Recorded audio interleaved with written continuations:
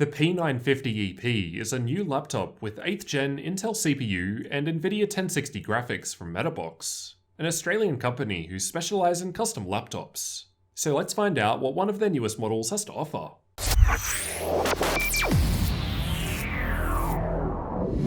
As you can customise the hardware when ordering, I'll first cover the specs of my unit. For the CPU, we've got Intel's i7-8750H 6-core CPU, which can turbo up to 4.1 GHz in single-core workloads, or 3.9 GHz in all-core workloads. There's 16 GB of DDR4 memory running at 2400 MHz in dual channel, but the two slots support up to 32 GB at 2666 MHz. For storage, there's a single M.2 slot, which supports NVMe PCIe-based storage. In my case, it's populated with a 512GB M.2 SATA SSD. There's a single 2.5-inch drive bay, which is empty here, but you've got the option to add an SSD or hard drive. For the graphics, there's an Nvidia 1060 6GB, which powers the 15.6-inch 1080p 60Hz IPS panel. But it's also available with 120Hz, 144Hz, or 4K options. And we'll see how this performs soon in the benchmarks. Finally, for the network connectivity, there's a Gigabit Ethernet port, support for 802.11ac Wi-Fi, as well as Bluetooth version 5. But the Wi-Fi card can also be customized. The interior, lid, and base of the laptop are an aluminium alloy, so it feels quite sturdy. And they've all got the same silver grey matte color. The dimensions of the laptop are 38 cm in width, 25.2 cm in depth, and 1.86 cm in height, so it's on the thinner side for a laptop with these specs. The bare bones weight of the laptop is listed as 1.9 kilos, with the battery included, so total weight will depend on the selected components. I found mine to weigh around 2.1 kilos, and when we add the 150 watt power brick and cable for charging, the weight increases to just under 2.8 kilos, so still pretty portable. As mentioned, the screen here is a 15.6-inch 60Hz 1080p IPS panel, no G-Sync available here though. The viewing angles were good, still perfectly clear on all angles with the IPS panel. The panel doesn't get too bright, but it's enough for inside use, at up to 278 nits at 100% brightness. I've also measured the current color gamut using the Spider 5 Pro, and my results returned 61% of sRGB, 44% of NTSC, and 46% of Adobe RGB. So nothing special. Definitely fine for gaming and office use, but for professional content creation, you might want to look at a different panel. I've performed my usual backlight bleed test on the display, which involves having the laptop show a black screen in a dark room to help emphasize any bleeding. I then take a long exposure photo to display any bleed, so this is a worst case scenario test. It looked pretty good to my own eyes. Only the bottom bit was visible to me on certain angles. However, this will of course vary between laptops. And all of these things mentioned with regards to the panel will be completely different if you upgrade to the 120Hz, 144Hz, or 4K panels. The screen was quite sturdy while flexing it thanks to the metallic lid, which had its hinges out towards the far corners. It can be opened up quite easily with one finger, demonstrating a fairly even weight distribution. Above the display in the center is a 1080p camera. It looks pretty good for a laptop camera. Way better than most of the other laptops I've tested. The microphone also sounds much better than most others too, but you'll be able to judge both for yourself. The keyboard has RGB backlighting and can be controlled in 3 separate zones. The sides of the keys are clear, which allows more light to shine through, and there are a few different effects available through the control panel software. Overall, I really liked typing with the keyboard. To me, it just felt nice to type with, no problems at all. Here's how the keys sound to try and give you a little sample of what to expect. There was a little keyboard flex, but I think that's just because you need to remove the keyboard to take the bottom panel off. The body itself felt quite solid. The touchpad worked well. It's got a smooth texture with 2 physically separated left and right click buttons with a fingerprint scanner in the top left corner. Moving on to the I/O, on the left there's the power input, HDMI port, 2 mini DisplayPort 1.3 outputs, 2 USB 3.1 Gen 2 Type-C ports, no mention of Thunderbolt support, and 2 USB 3.1 Gen 1 Type-A ports, the last of which is powered. On the right, there are separate 3.5mm microphone and headphone jacks, a third USB 3.1 Gen 1 Type-A port, SD card slot, Gigabit Ethernet port, and Kensington lock. The front just has some status LEDs towards the left-hand side, while the back has some air vents. Up on the lid, there's the Metabox logo in white in the center, and the pattern just above it lights up white while it's powered on. I couldn't find a way of turning it off. Fingerprints show up fairly easily on both the lid and matte interior, although as a smooth surface I had no problems with cleaning. Underneath there's heaps of vents for air intake, as well as some rubber feet that did a pretty good job of preventing the laptop from sliding around while in use.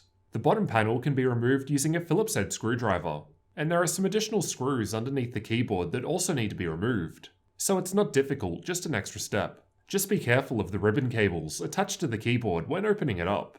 Inside we get access to the single M.2 slot, Wi-Fi card, 2 memory slots, and 2.5-inch drive bay. The 2 speakers are found just below the screen. They sound a bit tinny with no bass. I'd stick to headphones where possible. Powering the laptop is a 4-cell 55Wh battery, and with a full charge and just watching YouTube videos with the screen on half brightness, keyboard lighting off, and background apps disabled, I was able to use it for 4 hours and 12 minutes. Not bad.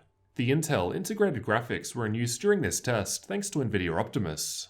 While playing The Witcher 3 with medium settings and Nvidia's battery boost set to 30 FPS, the battery lasted for 53 minutes, and was able to sustain 30 FPS the entire time. Many others I've tested aren't able to do that and drop frame rate. Overall, the battery life was pretty good, more than I expected considering the specs and somewhat thin and light form factor. Thermal testing was completed with an ambient room temperature of 18 degrees Celsius. It's cold here as it's winter in Australia, so expect warmer temperatures in a warmer environment. It's also worth keeping in mind that as the CPU and GPU share heat pipes, a change in one component may affect the other. At idle, both the CPU and GPU weren't too warm, as shown in light blue, 46 and 38 degrees Celsius respectively, with the default fan speeds. While playing PUBG at high settings, the temperatures rise, as shown in the darker blue just above. If we apply a minus 0.140 volt undervolt to the CPU, the temperatures drop back a bit, as shown in green, and we'll see how this affected clock speeds in the next graph. With no undervolt and just maxing out the fans in yellow, we still see a little improvement over stock fans. When combining the CPU undervolt and maxed out fans, we see the best temperatures in orange. The full load stress test was tested with AIDA64 and the Heaven benchmark running at the same time, and some thermal throttling was present. It was possible to slightly improve the temperatures a bit with the undervolt applied, although max fans don't seem to make much difference here on the CPU in comparison. These are the average clock speeds while running the same tests for the temperatures just shown. It wasn't possible to reach the full 3.9 GHz all-core turbo speed in any of these tests due to thermal throttling. The undervolt does help with this significantly though, much more than increasing the fan speed. These are the clock speeds I got while just running CPU-only stress tests without any GPU load.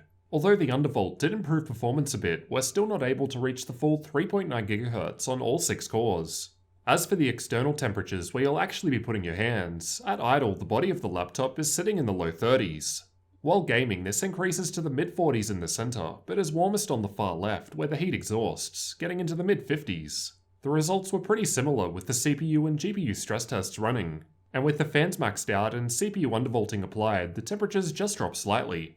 It wasn't too bad for the most part while actually using the keyboard, but you'll want to avoid touching that part on the left. As for the fan noise produced by the laptop, I'll let you have a listen to some of these tests.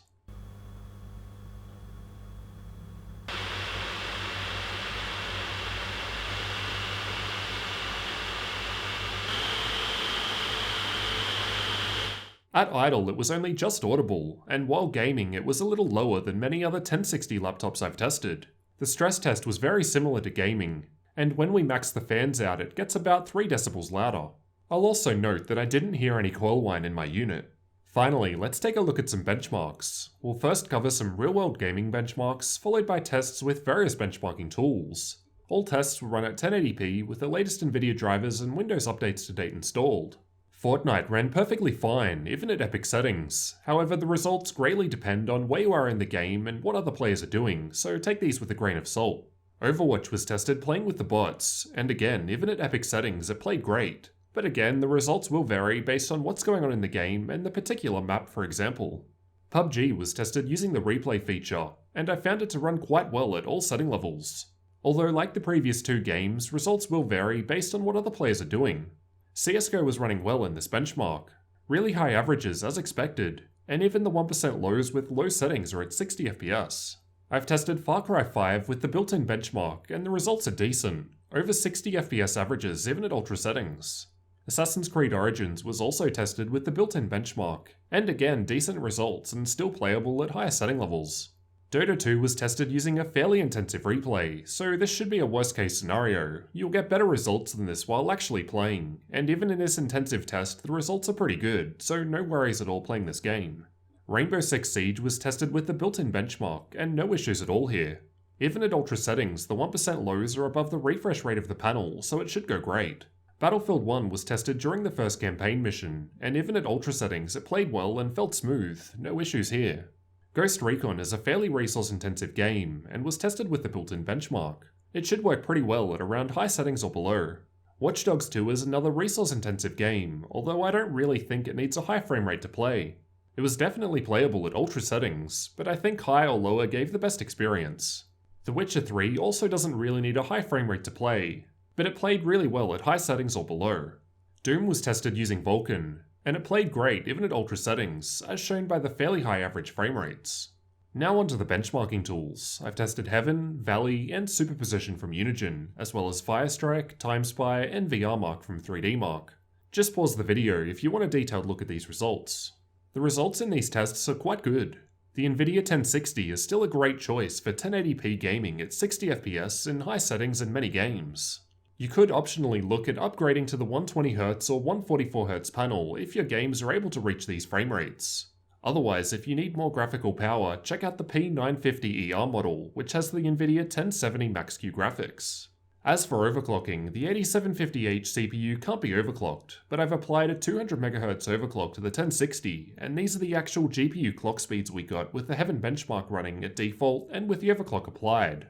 With both CPU undervolting and GPU overclocking applied, we see a nice little boost in games. I've retested PUBG and we're getting over a 9% performance increase on average, but this will vary between games.